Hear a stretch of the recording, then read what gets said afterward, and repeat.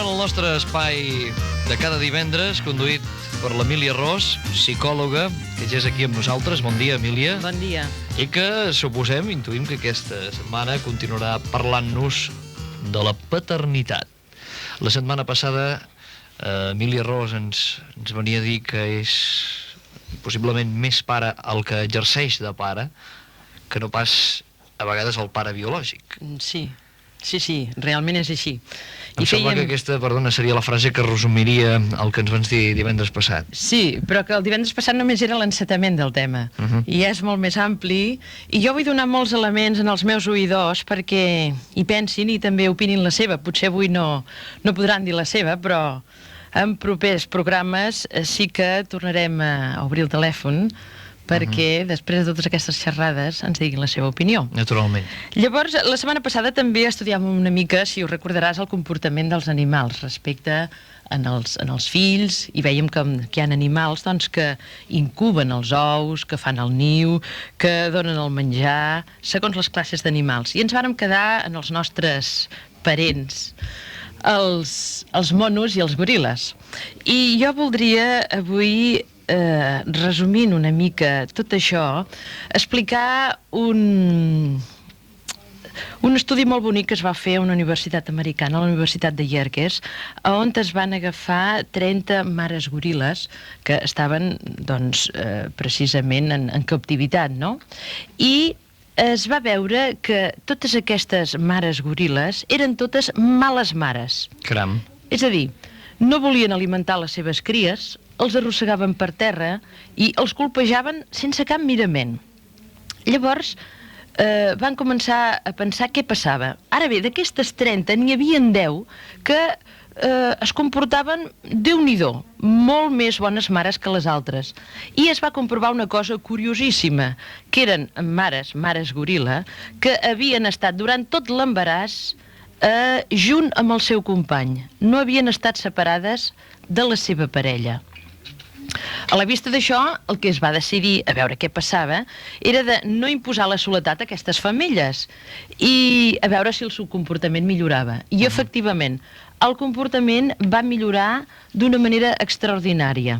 Perquè fixa't que això també passa, això ho veiem més els professionals, és clar que no, la gent doncs, que no està posada en aquestes coses, que les mares abandonades, les mares humanes abandonades o aïllades, són mares que en general donen més maltracte a llurs fills que no les dones que viuen amb un home, amb un company, per les que se senten estimades. Com a norma general, això. Com a norma general. Evidentment, no vol dir que totes les mares facin això. Ara bé, que la presència d'un mascle transformi una femella goril·la, que era agressiva i moltes vegades assassina perquè arribaven a matar els seus propis fills, en una bona mare, jo penso que és un fet que ens hauria de fer reflexionar molt. I sobretot, i això ja en parlarem un altre dia, en els professionals que es preocupen per millorar les condicions dels naixements, no? Bé, ja ho sé que nosaltres no som goril·les, però el pare, com dèiem la setmana passada, no és sols l'engendrador, no és sols un home implicat en la reproducció biològica, sinó que ell també dona a llum de moltes maneres en el seu fill. I això ens passa... Bé, això ens porta a parlar del fet de la covada. La covada? Sí, la covada. La covada que és una cosa que historiadors, antropòlegs, sociòlegs, a través de la història s'hi han trobat i que és un fet que ara explicarem i que encara es dona en bastantes tribus no pas massa primitives. Què és la covada? Què és la covada? Jo suposo, ja he vist que has posat una cara que t'has quedat una mica sorprès. Mira, jo, perdona, però d'entrada m'he imaginat, doncs, una gallina... A veure, què t'has imaginat? Una gallina covant uns ous. Exactament. O sigui que no vaig pas mal encaminat. No vas mal encaminat. La covada ve de covar, precisament, i aquest és el nom que se li dona. Doncs bé, la covada consisteix en que el pare d'un nen que està naixent, d'un nen o nena, és igual, o que acaba de néixer, es posa al llit durant el moment del part de la dona i després, normalment, 15, 20 o 40 dies, segons el lloc, i mentre la dona, quan acaba de parir, comença a treballar en les seves tasques habituals i s'aixeca com si aquí no hagués passat res. Llavors, això, que és una cosa que pot semblar una mica estranya als meus oïdors, els hi vull explicar una mica que hi ha historiadors de més de 2 i 3.000 anys. Hi ha, per exemple, un que és en Diodor de Sicília, que ens parlen als seus escrits dels corsos, i diu exactament això. Ell havia estat observant el poble a Còrsega i diu: la seva costum més estranya és la que observem quan neix un fill. Ningú fa cas a la dona, al contrari, els homes es posen al llit durant uns dies i fan com si patissin molt. Un altre historiador diu exactament el mateix, un altre historiador romà, del poble dels ibers. Ens trobem amb un escrit d'en Marc Polo, tu saps que els celebèrrims viatges de Marc Polo, que explica d'una regió xinesa i diu exactament: és costum que les dones, després de parir, de seguida deixin el llit i treballin, i mentre el marit s'enllita per 15 dies i dona al nen tots els esments necessaris, mentre que la dona només la lleta. Diuen que així l'ordre queda restablert i ella pot durant 2 setmanes descansar sobre el seu marit dels cuidados i penes que dona el nadó, però no deixa de portar-li al marit el dinar al llit. Això diu en Marc Polo. I tenim una cosa molt més recent, que és un francès que va fer una sèrie de viatges per Espanya i parla precisament dels pobles de Biscaia. Fixeu-vos que és un escrit només del 1857, fa justos quasi 100 anys, 130 anys. Diu: de seguida després del part, les dones s'aixequen i s'ocupen dels treballs domèstics, mentre els homes es posen al llit amb els nadons i reben les felicitacions dels veïns. I això també ho parla un altre historiador de viatges que va fer a Espanya, Àfrica del Sud, Còrsega, Sardenya. I aquesta costum també la trobem en viatgers i en historiadors que l'expliquen de l'Índia, de Malàisia, dels indis americans. És a dir, quasi és una costum estesa arreu del món.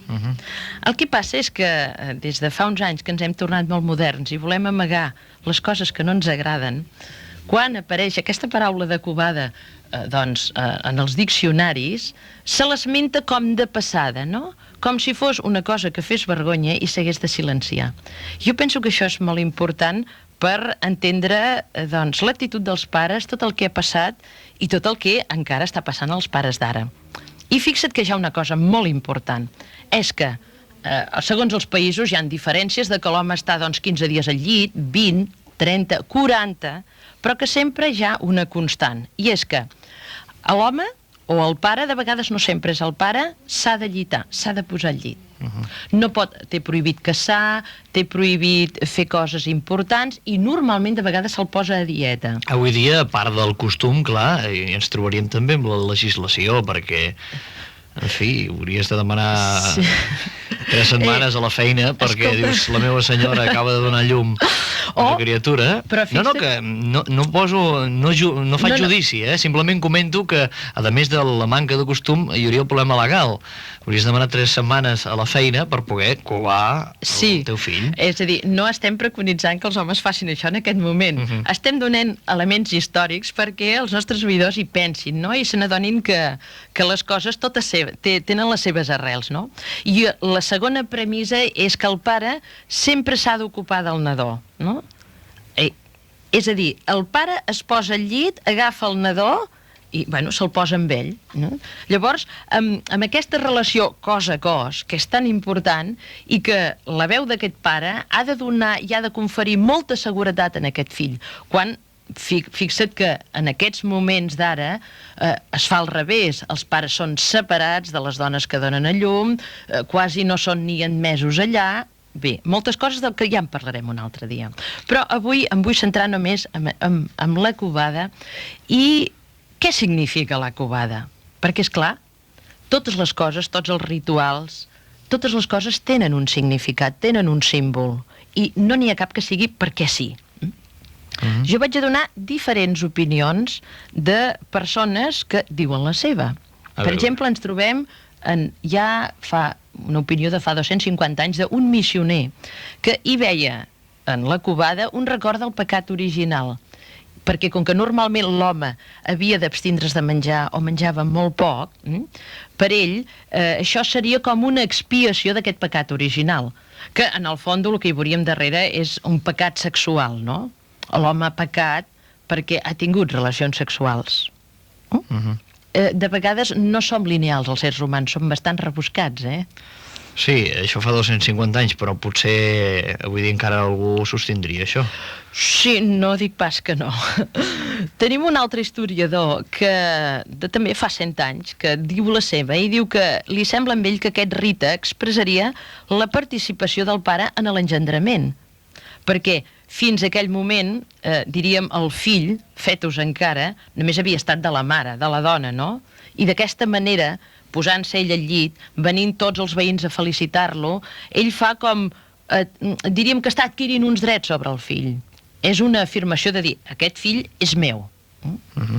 Un altre també hi veu al revés, hi veu en aquesta cerimònia doncs, un signe de l'adveniment del poder patern, en possessió-no del fill. També un altre pensava, i potser tots tenen una mica de raó, que la covada podria ser una invenció de les dones, perquè els homes no les importunessin en aquests moments. És a dir, és un moment en què neix el nano i ella necessita estar pel fill. Estem parlant d'homes primitius, de tribus antigues, i a l'home, el anar-se'n de cacera, el portar-li la cacera perquè la netegi, perquè se'n cuidi, li estaria destorbant de la cura que ell hauria de tenir del seu fill, no? Ara, n'hi ha un altre que també diu una cosa molt important, i és el fet de, ell diu, la màgia per simpatia. M'explico. És a dir, com si la covada servís per aplacar els dolors de la mare, transportar-los màgicament sobre l'home. I llavors, per exemple, cita a Nova Irlanda que quan una dona està per parir, un home, diu, compassiu, de vegades no ha de ser el pare necessàriament, doncs fa veure que està malalt, ho fa sempre a dintre, el que se'n diu en la casa dels homes, i comença a fer gestos de dolor. I de seguida que la dona crida, ell també crida, és a dir, va per mimetisme fent el que fa la dona. Això seria una manera de, a través d'aquest joc, poder calmar una mica aquests dolors d'aquesta dona. I també veiem, per exemple, que totes aquestes costums que dèiem no són tan antigues, són molt antigues, però no estan desarrelades. I, per exemple, ens trobem que a Irlanda, a la Irlanda europea, hi ha una costum molt curiosa, i és que les dones, quan estaven a punt de parir, s'embolicaven al coll amb uns pantalons del marit. I d'això en deien que mitigava els sofriments del part.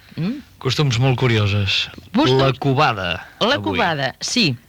Llavors, què passa, no? Ja en Theodor Reik, un psicoanalista, diu que potser la covada, en definitiva, seria el que se'n diu de vegades una formació reactiva. És a dir, quan nosaltres tenim un sentiment d'un caire, com que li tenim por a aquest sentiment, expressem un sentiment diferent. És a dir, si un de vegades, com allò que diuen, que qui encanta su mal espanta, quan un està molt trist, potser aparenta que riu, que està content, perquè no li agrada ensenyar i demostrar aquest sentiment. De la mateixa manera, com que normalment passaria que durant l'embaràs hi ha un allunyament de la dona sexual per part de l'home moltes vegades i que la dona rebutjaria molt en aquest home, el que seria la invenció de la covada seria precisament perquè ell no se li acostés, ni durant ni després del part. I llavors aquests sentiments que els homes experimenten quan fan aquesta cerimònia de dolor, és a dir, com si ell patís, seria una manera de no demostrar l'agressivitat que l'allunyament de la femella li provoca en aquest home. Llavors, per exemple, a l'allitar-se, el que faria, precisament, seria la dona mantenir a l'home lluny dels seus desitjos sexuals. És a dir, què hi ha de tot això? Tot això suposo que és producte de molts i molts i molts anys i moltes generacions. Molts milers d'anys, molts mils d'anys. És a dir, que tot obeeix a raons molt concretes. Però que, d'alguna manera, té el seu significat i el seu perquè en els costums que tenim nosaltres avui dia. I sobretot en els costums referents a l'home, referent a la seva dona, en el moment del part. És a dir, en el moment en què el pare comença a ser pare. D'això en parlarem la setmana que ve. La paternitat continuarà sent tema d'atenció divendres vinent, doncs. Gràcies, Emília Ros. Bon dia. Adéu-siau.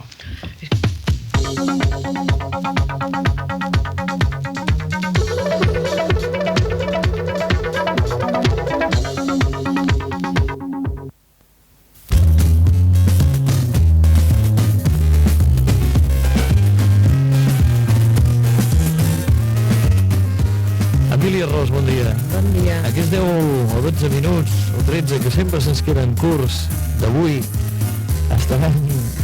És que realment ens passa això.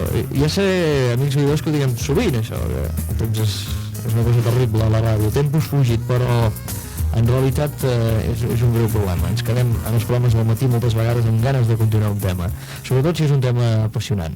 Fa unes setmanes ens vas parlar de la maternitat, i ara, en aquests programes, ens parles de la paternitat. Sí. I em sembla que aquest és el tema que continua formant part d'aquest espai aquesta setmana. Sí. Avui volia parlar i dedicar una estoneta d'aquest temps a parlar dels problemes que presenten precisament els pares, o sigui, els senyors de les dones que estan embarassades. Perquè fixa't que s'ha estudiat molt per part de la medicina i per part de la psicologia els problemes que presentaven les dones embarassades, però el que s'ha estudiat molt poc i quasi d'amagat és quins problemes presenten els homes de les dones embarassades. Fixa't que com que la medicina s'hi va començar a fixar, i sobretot la psicoanàlisi a partir de primers de segle més o menys, va començar-se a adonar de que hi havia coses que es podien relacionar i correlacionar. Mira, tenim un escrit de l'any 1923 d'un metge psicoanalista que ja apuntava en un llibre que era molt freqüent, força freqüent, trobar en l'home trastorns de tipus somàtic, és a dir, trastorns de tipus físic, vinculats precisament a preocupacions, quasi sempre aquestes preocupacions eren inconscients, relatives a un embaràs no desitjat, evidentment un embaràs per part de la seva dona, un embaràs imaginat o un embaràs complet, real. I ell, que és un home que amb això doncs demostra bastanta humilitat, s'al·ludeix ell mateix en aquest llibre i en un moment determinat ens diu de vegades sento gelos que m'impulsen a mofar-me de les dones embarassades, potser gelos de no ser jo també una dona i no poder ser mare, i això, encara que els homes no ho dirien mai en veu alta, no em passa solament a mi. Tots els homes els senten aquests gelos, incluïts els que es creuen perfectament virils. És a dir, passen moltes vegades que això es diu de vegades en forma de, no sé, de broma. I fixa't que a vegades amb un grup d'amics, amics i amigues, quan una noia està embarassada, se sol de vegades fer broma, no?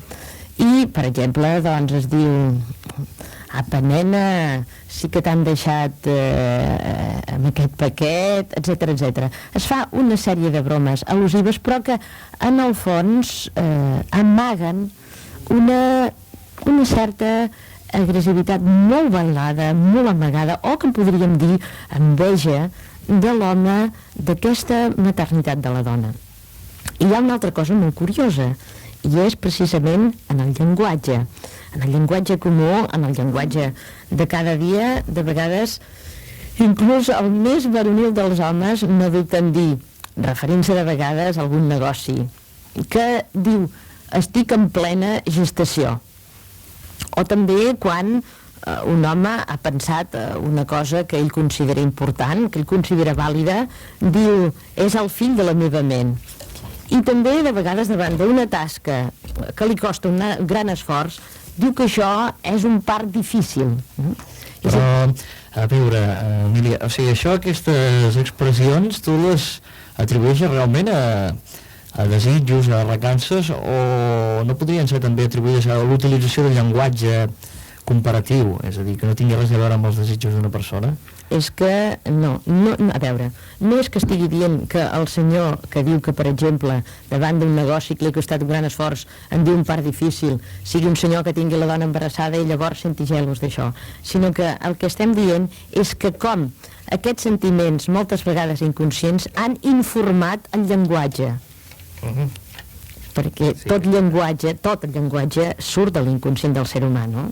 Llavors, el que passa és que bé, això passa moltíssim, no? I sí, moltes vegades el que passa és que no es fixen o no es vol fixar per la pressa, pel temps, però si per exemple la medicina volgués adonar-se'n, se n'adonaria de que moltes afeccions que presenten homes entre, posem la dada, entre 25 i 50 anys van al metge perquè o tenen mals de ventre, o presenten mals de ronyons, presenten mals de cap, mals de queixal, hemorràgies nasals, hemorràgies rectals, vòmits, és a dir, tots aquests símptomes, moltes vegades, si el metge li preguntés en el seu pacient si a més la seva dona està embarassada, se n'adonaria que hi ha una correlació.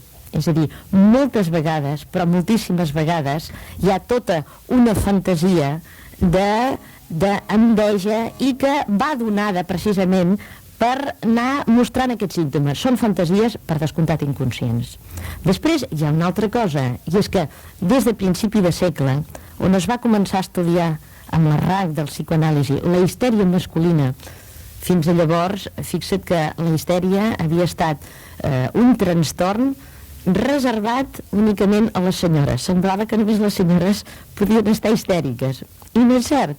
Es va començar, perquè es presentaven casos de histèria masculina, i normalment tots els casos estaven relacionats amb fantasies inconscients d'embaràs.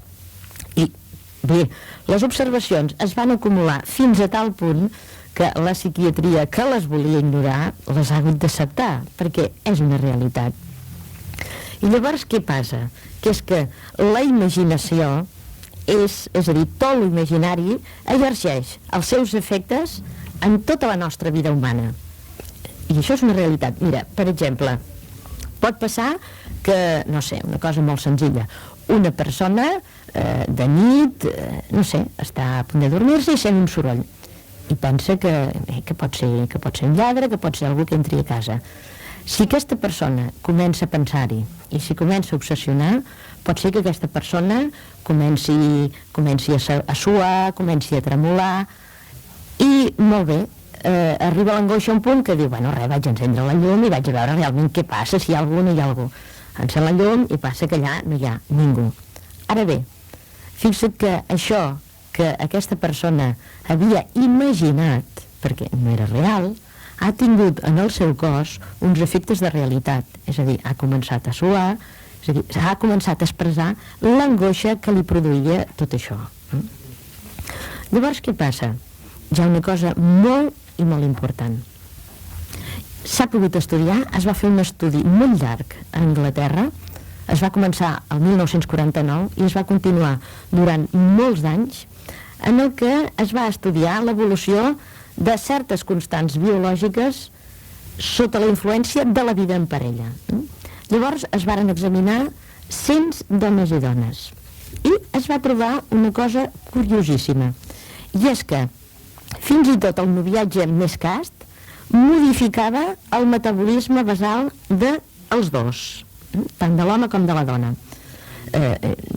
Bé, jo només vull dir aquí un moment que el metabolisme és la suma de tots els processos biològics, tant els físics com els químics, que són indispensables per continuar vivint, no? Que tot ser humà necessita per viure. I aquest metabolisme s'expressa en forma de calories, tot hem sentit a parlar, i s'expressa en forma de les calories que una persona gasta cada hora, segons la seva edat, talla i pes, només pel fet d'existir, diguem, de viure. Doncs bé, aquest metabolisme es va variar, es variava i presentava un metabolisme nou, és a dir, una unitat funcional com si els dos funcionessin com una sola cosa.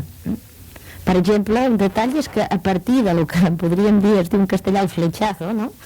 Augmentava el nivell de clorurs a la sang dels dos enamorats, no? I llavors passava que si la dona quedava embarassada, amb un home i una dona que s'estimaven, si estaven units realment en amor, s'observava en el laboratori modificacions biològiques en dos pares. I tant és així que fent el seguiment d'aquestes parelles, quan la dona estava embarassada i en l'home estudiat, examinat en el laboratori, no apareixia la mateixa reacció química, els metges deien que aquesta parella estava a punt de dissociar-se, és a dir, de l'un que s'havien convertir-se en dos. I efectivament, fent el seguiment de la parella, es veia que al cap d'uns mesos, al cap d'uns anys, aquesta parella se separava.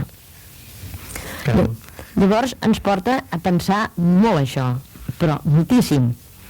I ens trobem, per exemple, que un altre estudi fet a Anglaterra, però més tard, més posterior al 65, moltes vegades, davant de l'embaràs d'una dona, de la seva dona, el marit ha d'operar-se d'apèndix, d'adherències intestinals, operacions anals, i també s'observa molt freqüentment que, per exemple, una dona embarassada, el marit augmenta de pes. Són observacions molt curioses. I que ens diuen moltes coses, i que també, per exemple, presenta ardors estomacals, vòmits, còlics nefrítics, problemes de dents. És a dir, hi ha moltes d'aquestes coses que, esclar, com que quan un senyor va al metge, doncs el metge, desgraciadament, es mira només aquella persona com si fos una màquina, que hi ha alguna que no funciona, i no relaciona allò amb fets de la seva vida quotidiana. El metge no relaciona mai, aquest senyor anirà allà i presentarà allò, però si se li preguntés, si es fes una història a fons, es veuria que precisament aquesta persona té, aquest home en aquest cas, té la seva dona que està embarassada. Llavors ja sé que amb la cara que estàs posant m'estàs dient, bueno, però què passa? Que és que no hi ha pares feliços, que és que no hi ha pares que estan contents d'esperar un fill, i bueno, evidentment, esclar que hi ha pares que estan contents d'esperar un fill, molt contents n'estan, però el que volem dir i el que estic tractant de dir és que el naixement sempre desperta moltes fantasies inconscients, fantasies d'embaràs, i que hi ha una cosa molt evident i molt clara, i és que aquesta enveja molt amagada diríem, a veure, de la creativitat o de la potència de la dona perquè té un fill, la capacitat, no? Llavors, esclar, això depèn també del clima emocional en què cada home visqui, no? Un home estarà molt content de ser pare i de ser-ho a gust. Ara bé, el que sí jo voldria dir, i és que el que ens hem d'abstenir és d'imaginar, diríem, el bon pare, no? Com si tots els homes haguessin de ser iguals, com dèiem abans en programes passats, de la bona mare, no? És a dir, la bona mare però és una senyora doncs, que té els seus defectes com tothom, i el bon pare és un senyor que és, però també té els seus defectes com tothom. I l'important per un nen que ve al món, i ell necessita el seu pare i la seva mare, perquè són aquests que hauran de viure i en cap més, no? Llavors, si nosaltres només volem procurar un ideal de paternitat, correm el risc d'aplastar els éssers humans sota el pes de lo imaginari, el que haig de ser. No, el bo és que un sigui el que realment pot ser. Ara, que procuri ser el millor i no obsessionar-se darrere de ser el pare perfecte, no? No esclau d'aquesta obsessió, però sí procurar ser aquest pare que intenta i pot donar al seu fill tot el que té a dintre. Emília Ros, aquest és un tema molt interessant que m'imagino que es queda penjadíssim, no? Sí, molt penjat. Fins la setmana vinent. D'acord, bon dia. Moltes gràcies. Ràdio Cadena Girona. Per cert, en Xavier Planes li obrim la porta de l'estudi perquè d'aquí uns instants ja serà amb nosaltres. Avui veig que... Bé, l'Emília Ros, a part de ser psicòloga i tenir moltes aficions, li agrada molt la música. T'agrada la Rosa León? Molt. Doncs si et quedes una mica sentiràs Rosa León. Ja m'agradarà. Fem una petita pausa i de seguida Rosa León, comentada per Xavier Planes. Ja el tenim aquí.